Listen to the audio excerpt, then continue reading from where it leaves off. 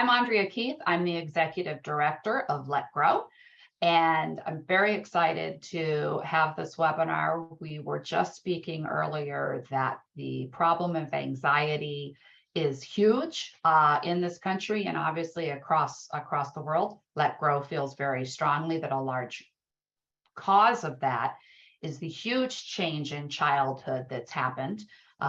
We believe in childhood independence, unstructured free play, and we believe that a lot of the parenting styles and society's pressure and media's fear is really causing some issues for our kids before they even get into school. So we're very excited to have our guest today. Lenore is going to be our host, and I'm going to turn it over to her in just a moment. A few housekeeping things just to let you know. As a webinar with a large number of participants, we do have everybody's cameras turned off. And microphones for attendees. If you want to ask any questions, please use the Q&A box. We do have the chat open so that you can have some back conversations and that type of thing. But the Q&A is where we'll really pay attention for things to ask our panelists during about the last 15 minutes. Also, to reiterate, this entire webinar will be recorded, will be available on our webinars page, but all of you who are attending, as well as anybody who registered and couldn't make it or shows up late, will get an email later today with some follow-up information, including the link to that recording. So with all of that, we'll go ahead and get started, and I'm going to ask Lenore to come on and pass it over to you. Thanks, Andrea. And I'm excited for this too. Anxiety seems to be the key issue that parents are worried about. They're worried too. We're all very worried.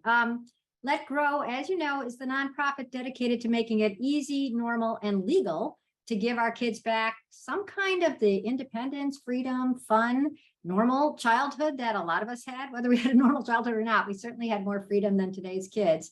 And so to talk about the impact of a very structured, supervised, worried over childhood today are our two guests. Regine Galanti, Dr. Regine Galanti, is a clinical psychologist and the director of the Long Island Behavioral Psychology Practice. She's author of Anxiety Relief for Teens and the children's book, When Harley Has Anxiety. Camilo Ortiz is an associate professor of psychology at Long Island University, who also has a private practice on Long Island. Welcome to both of you. You can turn yourselves on, as it were. There's one. Got one. There you go. Hi, guys. Very wonderful to see you. Thank you for being here. Let's just talk about the main thing first. What are you seeing? You guys are child psychologists. What's changed? And I don't only mean changed in terms of COVID. I mean changed over the past several years that you have been in this practice. And somebody has to jump in first. I think that child anxiety or anxiety has been on the rise even pre-COVID. I know that that at least what I'm seeing clinically is my practice was doing fine before COVID. And then what you had was the pandemic, and basically seems like everybody realized that there's a lot of anxiety. It brought out a lot of anxiety in a lot of kids. All the clinical psychologists I know have full practices, and people are looking for the help. So I guess anecdotally, we're seeing a huge rise in child anxiety. And it could be that some people are seeking out things for the first time, or it could be, but it does seem like the anxiety rates have been on the rise as well. I totally agree, and the data really support that. When we look at things like how many kids show up at emergency rooms for psychiatric problems, attempted suicide, and milder things, just the number of college students who say that they are generally anxious, those numbers have all increased quite dramatically in the last 5 or 6 years. Even before that, but we've seen a rapid jump in more recent years. Do you think that, leaving COVID aside for a minute, why was it going up for the last 5 or 6 years pre-COVID? Do you have any sense of that? I mean, from not just from everybody sort of being talking heads like us, but that you hear from either the parents or the kids themselves, things that are sort of driving them nuts. Well, I think our friend Jonathan Haidt has some theories about this.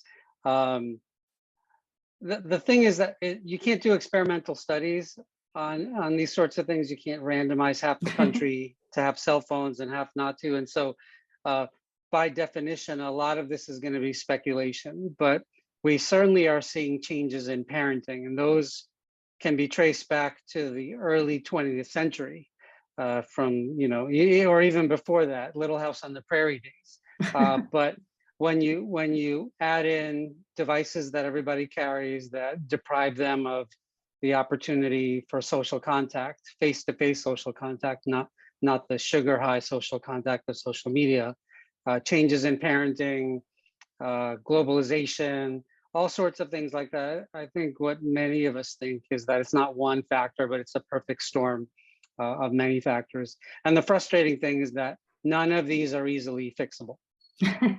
Yeah, that is pretty frustrating. It's a huge problem. Regine, what do you hear from the kids? Like, do they recognize that they're anxious? Do they pinpoint what it's from? I have no idea.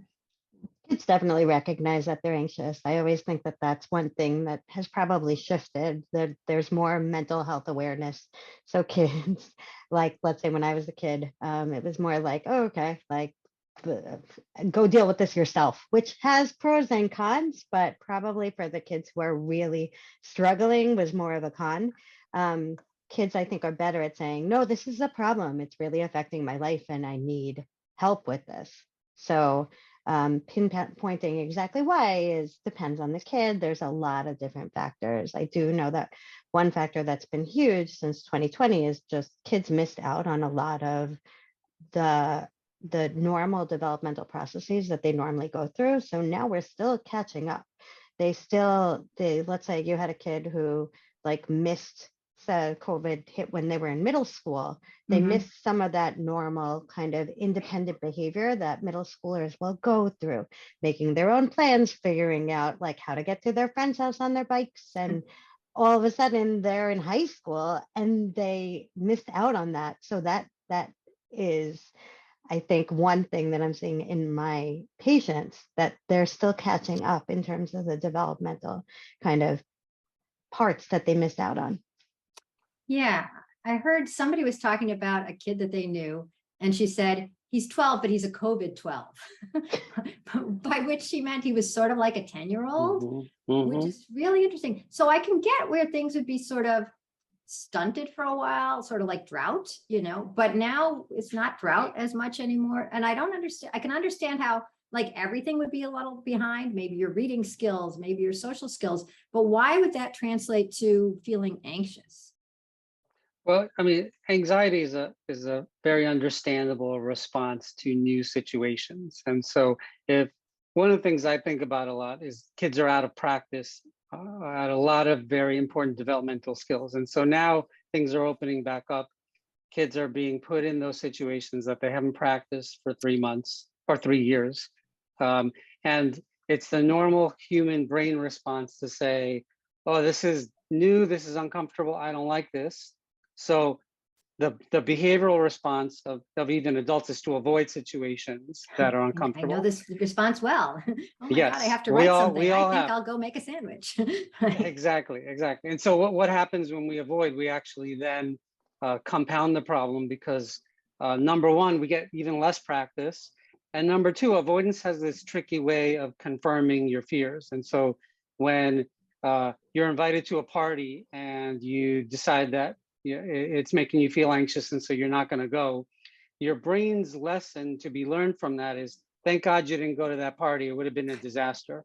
So there's no opportunity for corrective or disconfirming evidence. So again, it's this compounding perfect storm of a lack of practice combined with avoidance. And that's why all the treatments that we have that are really effective are exposure-based treatments that are the opposite of avoidance. There's doing the thing you're afraid of a lot of, to break this cycle of an inability to correct your brain's hypotheses. Right. And I'll add one more piece to that, because we're talking about kids. You have this natural emotion, anxiety, which leads to avoidance. And then you have the parents often doing what seems like the right thing at the time, which is letting your kid avoid, or sometimes helping them avoid the problem. Saying, how can I make this easier on you? You don't want to go on this play date. Oh, I'll call the mom and I'll figure something out, which we think is a good thing, but actually makes it even harder for our kids to get that practice that they need in order to face their fears and learn, like, hey, it's not so bad to do the thing. That It's sometimes interesting. it's even good. Yeah.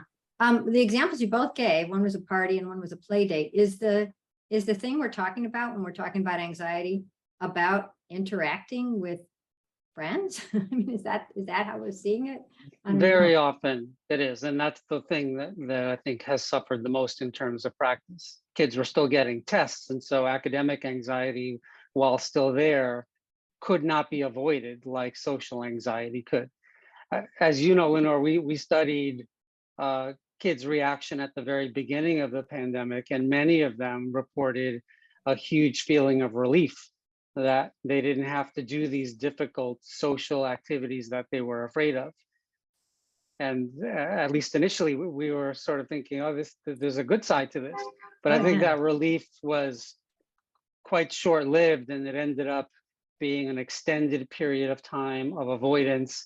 And now they're paying the price that they can't keep avoiding these things. They have to go into school.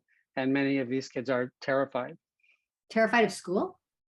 Of school, of the uncertainties, of what if someone says something to me or asks me something and I don't know what to say. It's the disease of what ifs, which at the root of it is what a lot of anxiety is. Regine, can you tell me a little bit about that, the what if thing? Because I always think that parents are very into what ifing. What are kids doing?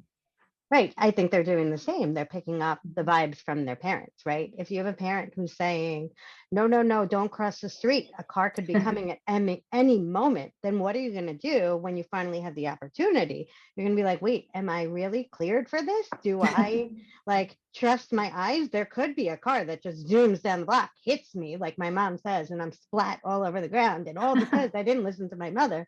So, right. That is my fear. Right. And it would be terrible if it happened. But I think one thing that anxiety does is it tells you that the probability of something actually going wrong is much larger than it actually is. Right. We're never going to be 100% sure that our kids are safe, that we're safe. And we tend to live with that doubt, whether or not we recognize it. One example I give in therapy all the time is like, there is a chance that the ceiling will collapse on me right now. There's a chance that I'll get hit by a car on my way home and I won't make it back for my next appointment. That doesn't stop me from making that next appointment. And I know these are extreme examples and I say them on purpose because I know most people, except for anxiety therapists, don't think like that. Right. But we all allow a certain amount of risk. It's just about how much is reasonable. And I think that's what I'm working through with a lot of my anxious families, of how much risk is acceptable in order to live a full, valuable life for you. And there's a second trick that our minds play on us. Not only does it overestimate the likelihood of a horrific thing happening, it underestimates our ability to handle things when they don't go our way. And this is one of the benefits of independence, is that you can't plan it out and things go wrong. And I actually secretly cheer a little bit when I assign something for a kid to do that's independent and things don't work out the way they're supposed to, because almost always kids figure it out. And that's actually a much more valuable learning experience than, oh, thank God I didn't get hit by a car. It's actually the car ran the red light and was coming at me, and I was able to put my hand up or jump out of the way, and I figured it out.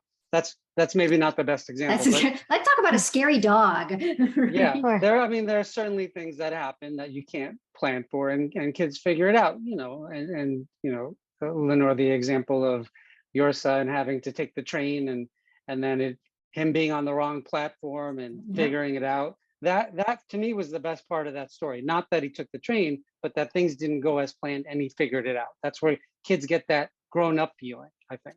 Right. It's not so afraid. It's not so scary to do it. And it's not so scary when you don't do it well. I mean, I've heard from teachers that this fear of messing up, I mean, that is actually the phrase, messing up. That wasn't a Yeah. big phrase when I was growing up, is looming. That's part of anxiety, I'm assuming? Yeah. Well, I It's, want to go yeah, back to just yeah, something you just go ahead, said Regine. of like how bad coping is still coping. I think that that's so important for kids. I'm writing Like, that down. Bad right? coping is still coping. What do you It mean? is. You got through it. You don't have to get through it like amazingly confident and feeling like you're on top of the world. Like you could be shaking and crying and still get through an experience and then learn that you can get through something shaking and crying and you're still okay. You live to tell the tale. And next time might be easier, but even if it's not easier, you managed. And that's huge. And So there it's are like, real advantages to shaking and crying, which is that despite that, you were able to tolerate it. And sometimes, as Regine knows, when we do exposure exercises with clients, we kind of set it up so that it's extra hard. And one example of that is sometimes we'll even have people with panic disorder chug caffeine so that they purposely have a bigger emotional reaction to whatever we're asking them to do. Because then in real life, when they're not chugging caffeine and they encounter a difficulty, it's easier by comparison. And so going through something really hard like that has real benefits. And obviously, there's a fine line. We never want to push someone past the point where they want to be pushed. But if they agree, going right up to where you feel like you can't do it and you do it anyway is the sweet spot. We kind of aim for surprise. Like I couldn't believe I did that. I thought there was no way I'd be able to do that. That's what behavior therapists who work with kids who are anxious, those are the moments we love, when there's just shock on the child's face. I didn't think I could do it and I did it. That's a special kind of pride. Right. aim for surprise. I love it. Yes. And that's what we know works. That's kind of the best treatments that we have for anxiety disorders are exposure-based or behavioral therapies. So when people have to do the thing that they're afraid of in a systematic way, or sometimes not as systematic as we like to plan. And then sometimes the plans go wrong, and that's again a good thing because then we get the surprise. Like sometimes you'll have a kid go up and like ask someone like, hey, what's your favorite kind of ice cream? And they'll be like, why are you talking to me? So total rejection. And they survive it, and that's good. But that's what we know helps building their ability to face the thing that they're afraid of. Yeah. And to face almost improv, it sounds like. I mean, it sounds like sort of the difference between, fear of messing up because you're told exactly. So you wait for exact instructions on how to fill out the form or what do you want on the essay. I've heard from professors talking about how students will come in and say, I know you asked for a personal essay, but what do you want? It's like, I don't know you. You have to tell me. And so that versus just like something happening and having to deal with it. I just have to say, sometimes at lectures, I ask people to remember a time that they were kids when they were doing something and something did go wrong. And, people have stories, and I'll tell you a quick one was a mom, like a teacher at this point, who as a kid was playing, riding her bike down a very fast hill because it was covered with pine needles. And she got to the bottom and she was going like this to press her bike brakes, and the handlebars came off. So Wow. And there's the street. And so she had to throw herself, instantly throw herself into the bushes. And I asked her, what'd you do after that? And of course, A, she got back on her bike, and B, she never told her parents. And then that turned out to be a theme that I heard, which is not telling your parents when something went wrong. And I wonder, I assume they're doing that because they don't want their freedom taken away, or is there something else psychological going on? What's going on when something goes wrong for a kid and they decide not to tell their parents? Well, I think it speaks to this dilemma that parents have, which is that what works in the short term is usually not the best idea in the long term. So, doing all of these accommodations that Regine was talking about, protecting your child from what I call the 4 Ds, discomfort, disappointment, distress, and danger, in the short term are great ideas if that's the goal. To protect them from those things will make them happier in the short term, but it deprives them of the ability to problem solve and brainstorm, like throwing yourself off a bike, or much milder examples than that. And so in the long term, they are less able to handle adversity. And I don't blame parents for accommodating and protecting. They're in a tough spot because it's, over billions of years of evolution, we are there to protect our kids and we don't want to see them in distress. And it takes a very mindful approach to parenting where you see a child in distress and you say to yourself, actually, the good thing for me to do right now for their benefit is to just delay a little bit and let's see if they can figure it out. Because that doesn't feel good. And so you're paying a price by doing what works better in the long term. And that's a big ask of parents. Right. You're basically asking parents to regulate themselves in order to do the right thing for your children. Because when your kids get anxious or are in dangerous situations, like literally throwing yourself into the bushes to avoid getting hit by cars would be a perfect example. That is dangerous. So you hear that happened to your kid and your heart rate goes up and your breathing speeds up and you think, oh my God, my kid could have, it could have been terrible, whatever happened to my kid. Maybe I should keep them home. So it takes you as a parent saying, I am going to use my emotion regulation skills in this moment to manage my own fears for my kids, because if I react the way that's totally would make sense to react to protect my kid, I'm actually doing more harm than good, because I don't want to protect my kid from a situation that's not actually dangerous. Instead, what I want to be able to do is I want to be able to support them through situations that make them anxious so that they learn that they can do it themselves, which means saying something like, I know this is hard and I know you can do it, which is very hard when your kid is in seems like they're in a dangerous situation or is expressing that. Or feeling it's dangerous, even if it's not, like going to the party or the play date. One of my theories over here at Let Grow is that, first of all, the children who don't tell the parents, like, oh, I almost had an accident or I had a disappointment, they're almost practicing some jujitsu, parental jujitsu, in sort of keeping the parents from knowing that they were unhappy or unsuccessful, lest the parents get involved. And maybe if they, obviously the kid who jumped off her bike knew that she handled it. It was scary. It was weird. She tried to fix it for the next time. But so the theory over at Let Grow is one of the reasons that, tell me if I'm right, here I am, two psychologists, maybe the theory is completely wrong, that one of the reasons kids are anxious today is because parents are expected to be with them all the time, or an adult is always watching over them, whether it's driving them to school, picking them up, and then they're in soccer and that's run by an adult, and then they're in homework help and there's somebody supervising that, and then you have to sign the reading log. And because adults are going to jump in if they see a kid in danger, it's just impossible not to, especially if it's one you love. There's no chance for a kid to get that experience of, self-sufficiency and resilience, because a parent or an adult is always jumping in. I don't know if you agree. Absolutely true. And we actually have data on the amount of time parents are physically in the same room as children, and it has gone up over time. Oh, that's really interesting. You are correct that you cannot increase independence if you're literally there. So one of the things that we do, it's sort of a lower hanging fruit, is when we're working with families and we try to increase independence, sometimes the child won't do it, refuses to. And so we sneakily increase independence by having the parents be more independent and go on a date night, for example. By definition, if they're not bringing the child with them, the child is now not in the same place, and some of this problem solving can happen. And I wanted to say one thing, which is we're giving a lot of bad news, but I do want to give one piece of good news, which is that practicing tolerating the 4Ds can start really simply. You don't have to jump to letting your kid ride a bike down a street in San Francisco that is this steep.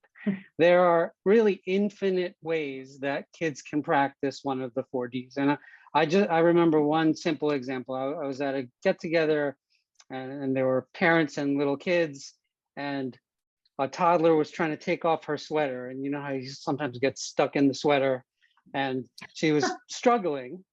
And that's a moment where you may not want to rush over and just pull the sweater off. You may just want to even delay for 5 seconds. I'm a big fan of counting to 5 Mississippi in your own mind. And probably what'll happen is if you can count to 5 Mississippi and not act, the child will pull the sweater off. And that might seem like, why would I do that? I just added to distress. But there's actually, that's practice. What do I do when I'm uncomfortable? What do I do when I'm stuck? I keep going, I figure it out. Those little moments build up over time. And then we can do some things that are harder, like letting kids ride a bike with no handlebars down the street. In San Francisco. In San Francisco. I'll also add that one thing I noticed that parents often do by accident is when kids are avoiding or struggling, we pay a lot of attention to that, a lot of talk, right? We say, oh, you know, what's wrong? What can I do? Can I help? And then when, let's say you do wait and the kid gets the sweater off, you don't say anything. So flipping that so that you're paying more attention to the tiny moments of independence and praising kids for pushing through instead of commenting only on kind of like, you could do that math problem if you just tried harder. So instead waiting till they do the math problem and then saying, oh, wow, you worked on it for a couple more minutes and you got it. Like, I'm happy that you kept trying. Or, wow, you were stuck in the sweater and then you got out. I'm so proud of you for being for pushing through. Some parents find it hard to be effusive in that way. They're sort of lower key. And so I think there are ways to do that that are really easier for those kinds of parents. And it's just being descriptive. So you could even say, you were stuck in that sweater for a few moments and then you got it off. You don't even have to say, wow, that's amazing. Although that's fine if that works for your child to say, but just describing what just happened is reinforcement for that behavior to happen more in the future. And Regina is totally right. Parents do lots and lots of talking and work. And I tell parents all the time, you're working way too hard. And then when we get the behavior that we want, because we have a million things to do, we move on to the next thing on our list and we don't pay attention to that. So it's a little bit of flipping where we are spending our attention dollars, if that's one way to think about it.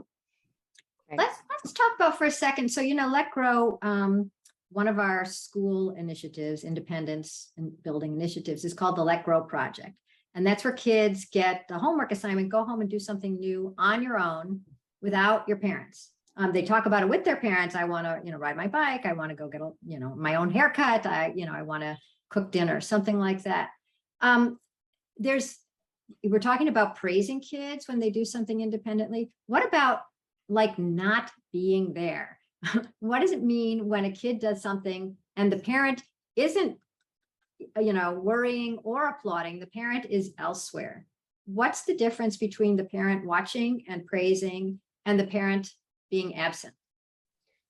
It's fine for the parent to be absent. I would say it's more the reaction when you walk in. Like I've had situations for parents that it's like, kid makes their own dinner. It's amazing. Great. Parent walks in and says, why is my kitchen such a mess? And you're like, oh, okay. Like this is independence that we wanted to build. So when you do walk in being like, oh, it's amazing you made dinner, or I'm effusive, Camilo. So, right. But describing works too. Like, oh, you made dinner. Awesome. Like, see, I can't do it. I can't take away the praise. Yay, dinner! Yum, yes, yum, yes. yum. Yeah. But it is totally fine to do it without the praises. My brain's not letting me do that right now.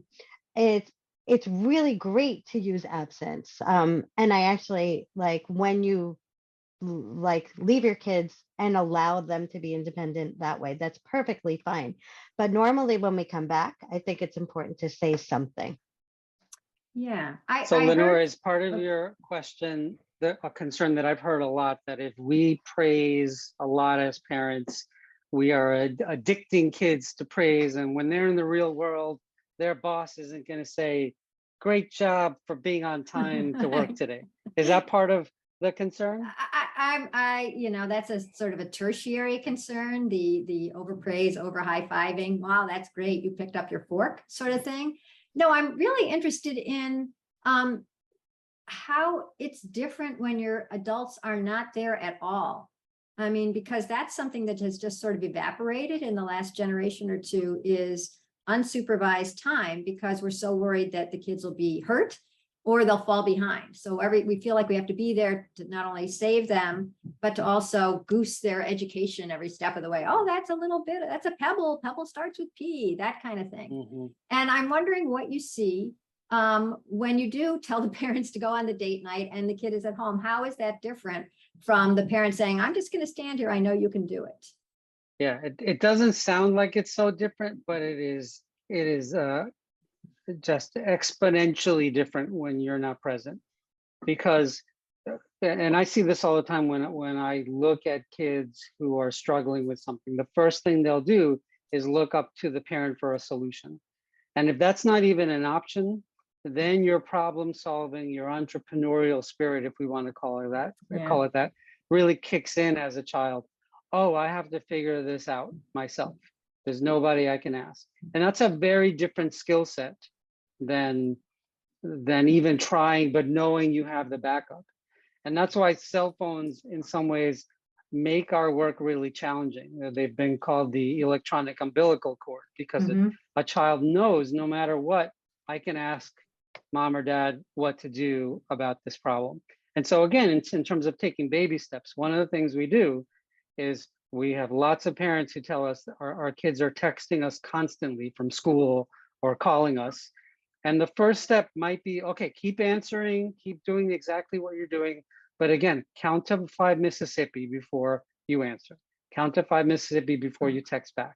And we start building a little tolerance to sometimes even in the 5 Mississippi time, the kid figures it out. And then maybe we go to 6 or 10 Mississippi. And so not even being a possibility of helping sometimes is really good. That sounds strange for a child psychologist to say, let there not even be a possibility of helping. But I hope people understand what I'm saying. That I'm not saying this all the time, but there are moments where that being on your own really helps. Right. And I also think that we're relying on parents to use their own coping skills. Like, one thing you mentioned was like the homework, right? Like, I'm not going to lie to parents and say, if you don't help your kids with your homework, sometimes you do get that phone call and says your kid didn't do all their homework. And it comes to you, not the kid, which is an issue. I've gotten those calls. Right. Right. It gets into like, we're not the only ones that have to be able to take a step back from our kids. There's also like having, let's say, schools hold the child accountable instead of their parents of the child accountable. But it means that you're going to get that phone call and you have to be able to cope with it. Right.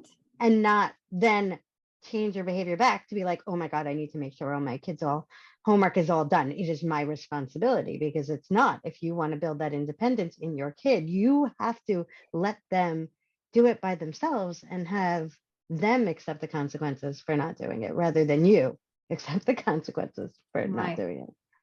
Actually, I was going to ask about that. It sure does feel horrible when you get those calls from school, I have to say. And my desire was always to fix things too, because, it's your kid and you're worried about them falling behind. How do you get parents on board if the answer really is for them to step back? Our slogan at Let Grow is when adults step back, kids step up. But how do you get parents to do that in such a high pressure world where you're always expected to be with your kid and always expected to be on top of them? I think there are situations where stepping back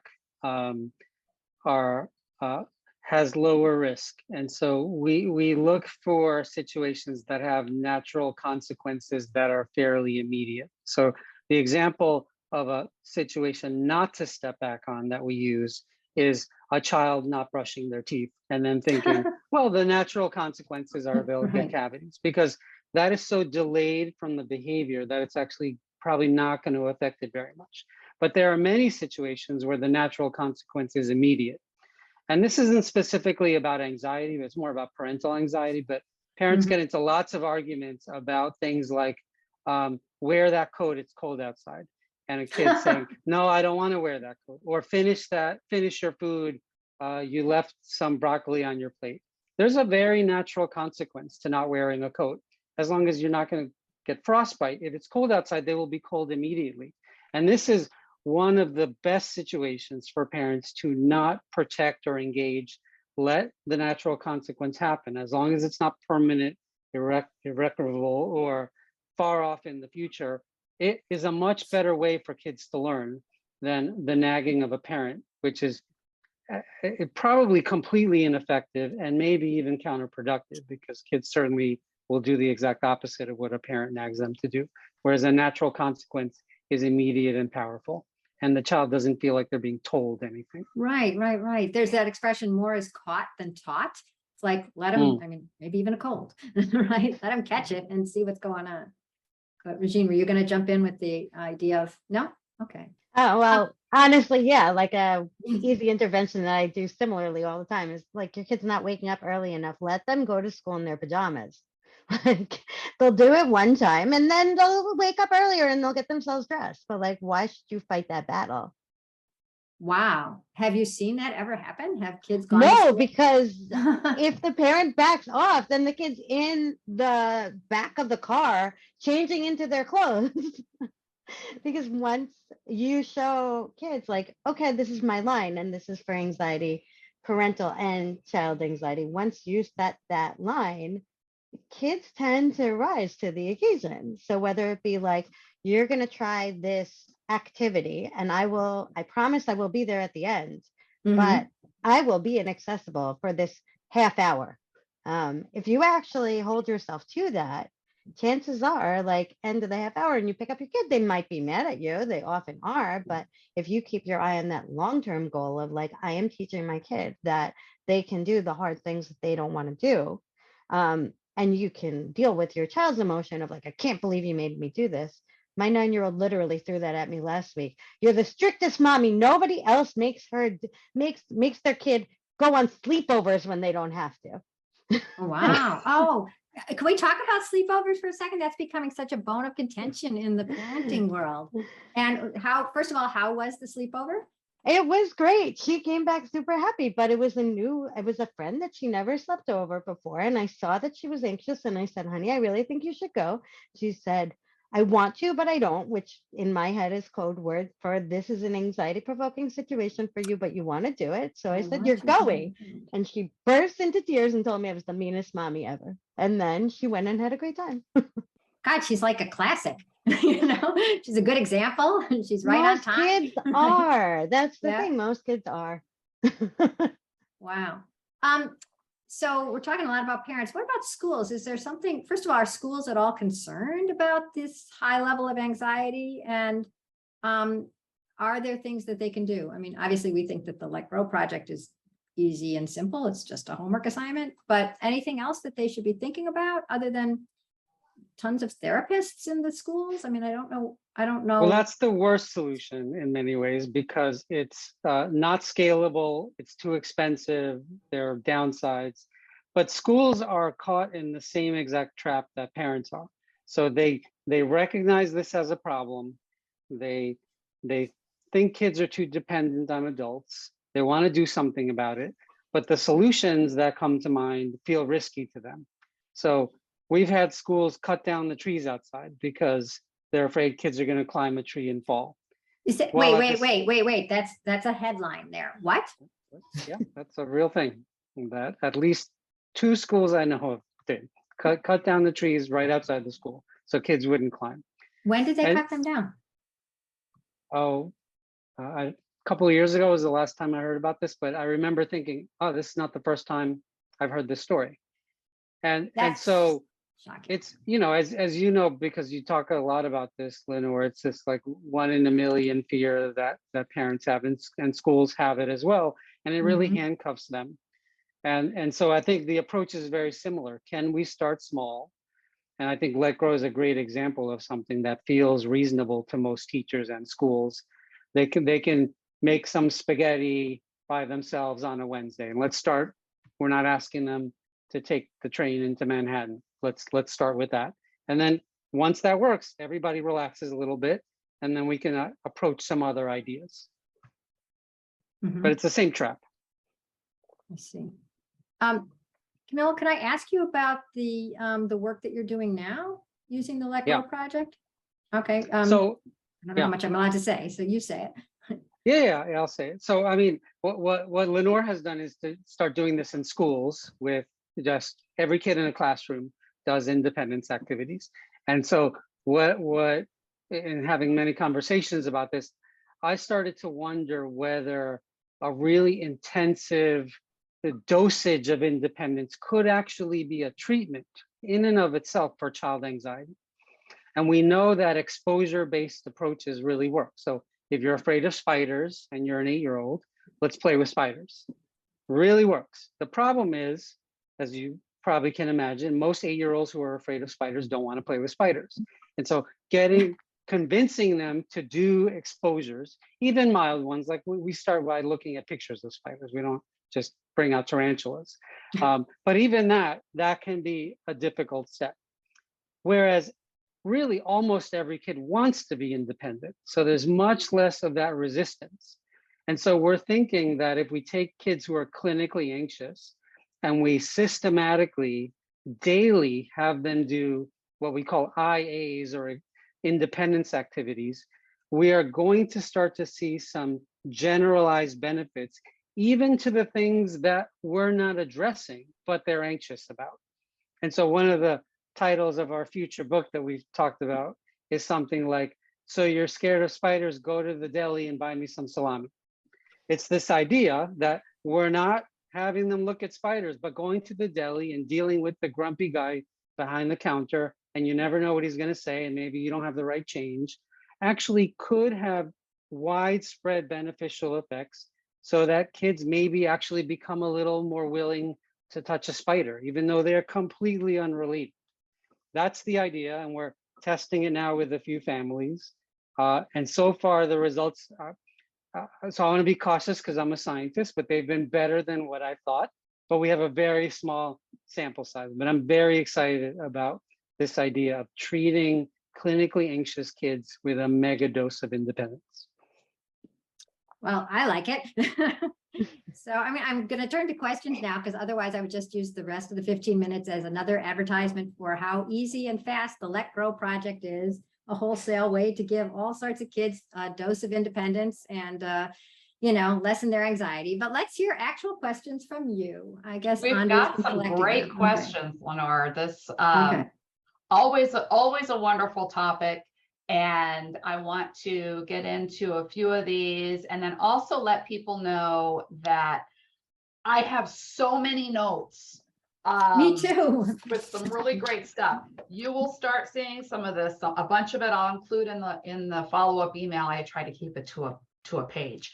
But we definitely want to keep these conversations going, as it really is the core of what Let Grow is all about.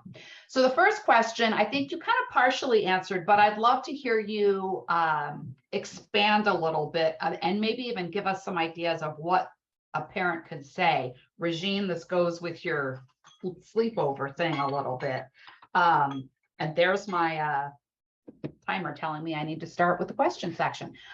So do you have any tips for supporting and encouraging the kids to go to events or situations they want to avoid? She says she has 5-year-old twins, and a good example is they throw a tantrum when it's time to go to a play date. So what kinds of things as a parent can you say? How do you respond in that moment?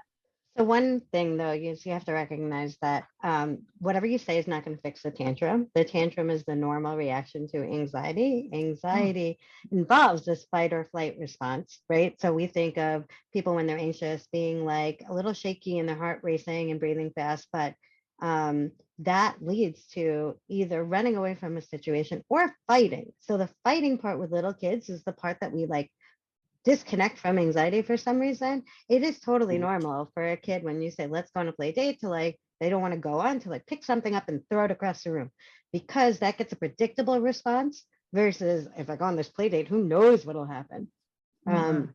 So the first thing I will say is don't expect anything that you say to change their normal anxiety reaction, because it's a normal reaction, but they're trying to pull for that avoidance. And that is the unhealthy part. And can I just say one little thing about a particularly unhelpful thing to say is some version of, it's not that big a deal, relax. That's it.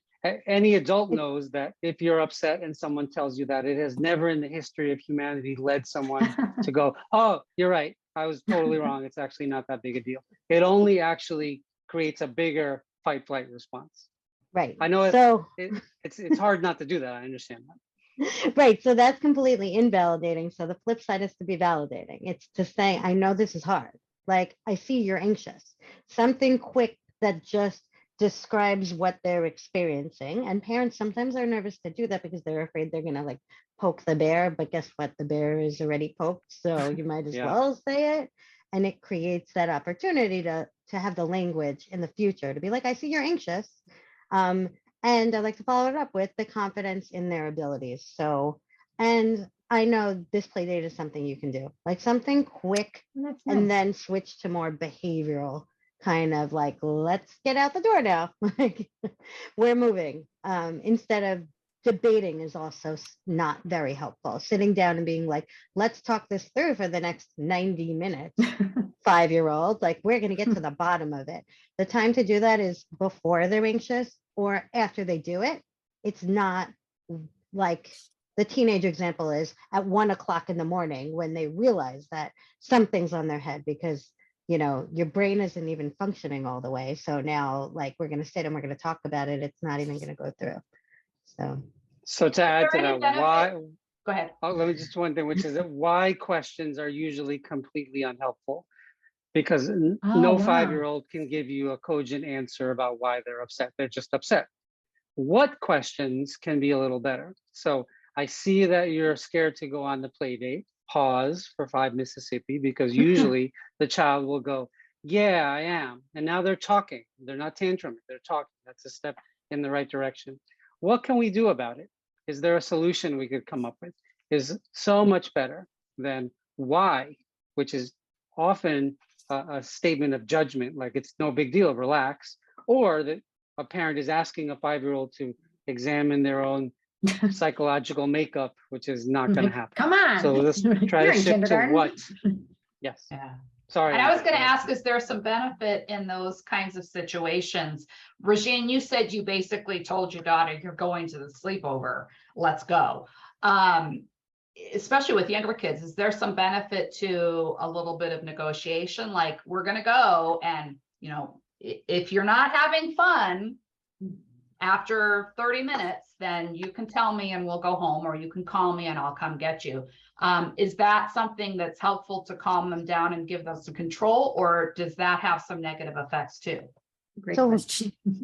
With negotiation, I like to think of it more like, what can I do to make this easier for you, rather than like compromising on what we thought was a reasonable goal until the kid reacted with anxiety. So we'll go on this play date and then we'll stop for Slurpees on the way home. So sometimes building something like that in, or I'm making the executive decision that it can be a shorter play date, but not making it dependent on their emotions. Because if it's dependent on their anxiety, if you say, if you're not having a good time, we'll leave early, guess what? They are not going to be having a good time because you gave them that out. Like I see that a lot, where parents will start throwing incentives at a kid once the emotion starts. All right, well, what if we go for ice cream after? What if it's only half an hour after, as Regine says, the emotion comes out? Now we're reinforcing avoidance as opposed to deciding beforehand what the deal is going to be. And I realize that that's not always possible. You can't plan every step of it, but notice if you start sweetening the pot once they start resisting, and that's inadvertently actually teaching them to resist. Good to know. Thank you. Let's go on to another question. I think this one is a really good one for a lot of parents. And this Lillian asks, perfectionism and anxiety, how do we support a child with both? They're very similar. Like perfectionism, I in my brain, I think of as anxiety, because no one can be perfect, right? Life is full of mistakes. Everybody makes mistakes. And again, it's about that level of like, how perfect do you need to be? Everybody has that level. But when you're fixated on having to do it perfectly, it makes you super anxious because there's no end in sight. You can always review something again and again and again. So what I often do for that is create situations where a kid is making mistakes, play perfection in session. So that game where like, it's really, I don't know, kids are better at it than I am though, but like. What is it? I missed, what is it called? Perfection, that game where like you put the different shapes and there's like a timer and then it pops. and then it pops and Okay. Or Operation is a great game Oh, for I get it. perfection. Now we're If talking you- my. now we're really dating ourselves, but it's How impossible. about pickup sticks? right, anything that's going to lead you to like fail. And then it sounds a little bit nuts, but like in my sessions I'll be like, oh wow, like I made a mistake and I guess I'll keep going. Like, I'll use language to support that mistake being a normal part of things. Mhm. Or like if you're drawing and you make a mistake, you don't get a new piece of paper. Right. And Like- parents can model this in a million ways for kids, how they handle imperfection. And this idea that Regine talked about of like narrating what you're doing is particularly good for little kids, where it might be like, oh, I missed that exit on the highway. Huh, what will I do? I think I'll go to the next one and turn around. And they're kind of like listening a little bit. And so you're modeling that you don't have to, the world doesn't end when we make a mistake and we just kind of keep moving forward. Lots of this talking out loud about your own process is a wonderful way to model how to handle imperfection for kids.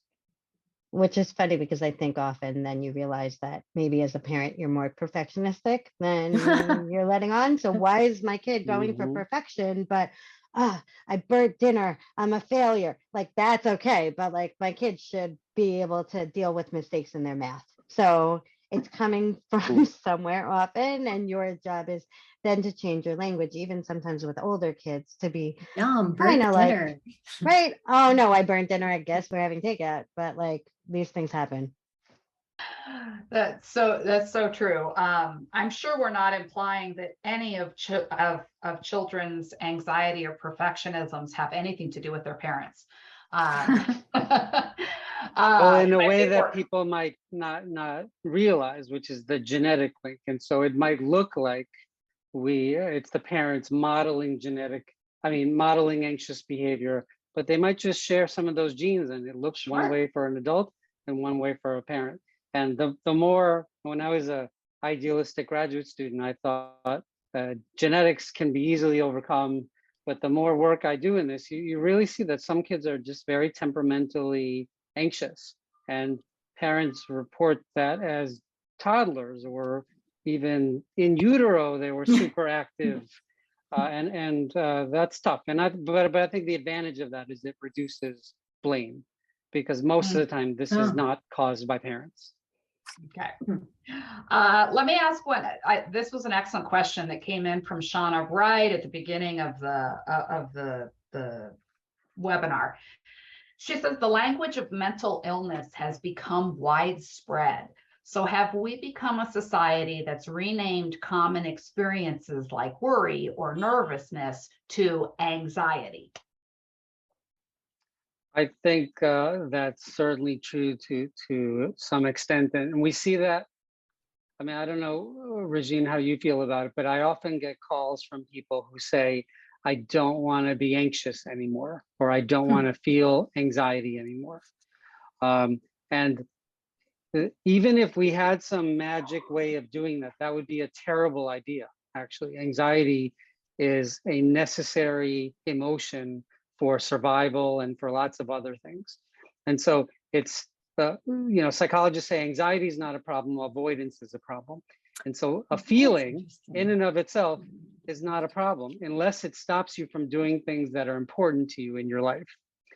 So I think that's somewhat related to this idea of pathologizing normal human emotions like sadness and anxiety. But to be clear, we are seeing levels of clinically significant anxiety that are much higher. This is not just a question of relabeling what everyone already had. It is higher now. Right. I agree. The answer is totally both. The example I always give about anxiety in my office is like if a tiger walked into my office, if you didn't feel anxious, and that anxiety didn't make you like kind of run away or jump out the window, then you would get eaten and then you would have no more opportunities to be anxious ever again. So like anxiety is protective. It protects us from danger. That's a good thing.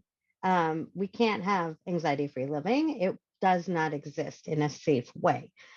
That being said, right, like there's so much more avoidance. And I think when parents say kids these days, they're so anxious, when we were kids, you just had to deal with it. That's also not helpful, because maybe you were dealing with clinically significant anxiety and you would have benefited from having someone to kind of direct you. So there is anxiety everywhere, but anxiety is the emotion, but It goes back to your anxiety point about, problem. you said something early on about you have to understand that risk is everywhere. And so it's how much risk are you willing to take in order to have the life you want to live, or something like that. I'm paraphrasing. Yeah. And one thing I try to think about all the time is that we didn't always used to frame all these decisions in terms of risk. Like you have to accept some risk to have a decent life. You have to take the risk of your child walking to school. Once you started framing everything as a risk, you're already sort of sunk, because I don't think our parents thought like, well, there's a risk when she walks to school, but it's only a 0.002 and I'm willing to take it. That's one of the new things in our culture, is thinking about the risk involved in almost anything. I don't know if you've even thought about that or whether it makes sense to think about it, but well, there's one kind of risk that is not thought about enough, which is the risk of inaction. So if I don't go to that party, I risk meeting my next girlfriend, or I risk not meeting, or my next best friend, or having the experience of my life. Our brains are not made to think about risks. The risks in inaction. They're the upside of risk. The upside of risk for evolutionary reasons. And I give this example to patients. If we sort of imagine a very chill surfer dude, there were not a lot of cavemen who were like that, because they didn't notice the tiger behind the rock, or that there was a cliff in front of them. And so the people who are anxious are better at surviving. And so we are the result of people who are really good at surviving by spotting risk everywhere. And unfortunately, now that we don't have tigers everywhere, we have this machinery and baggage that is made to look for risk everywhere when it doesn't actually exist anymore. There are different kinds of risks, but not so much risks to our lives as what we are actually have the machinery for. Yeah. We're going to follow up with one more question that's a follow-up that I want to get to. Specifically, in your example, Dr. Galanti, you mentioned that you said, no, we're going to this, you're going to go to this sleepover. And we talked about kind of pushing kids to past the tantrum point to go. Is there a limit to what's tolerable? Is there a point or a situation where you might say, okay, if it's making you that upset, I'm not going to push it?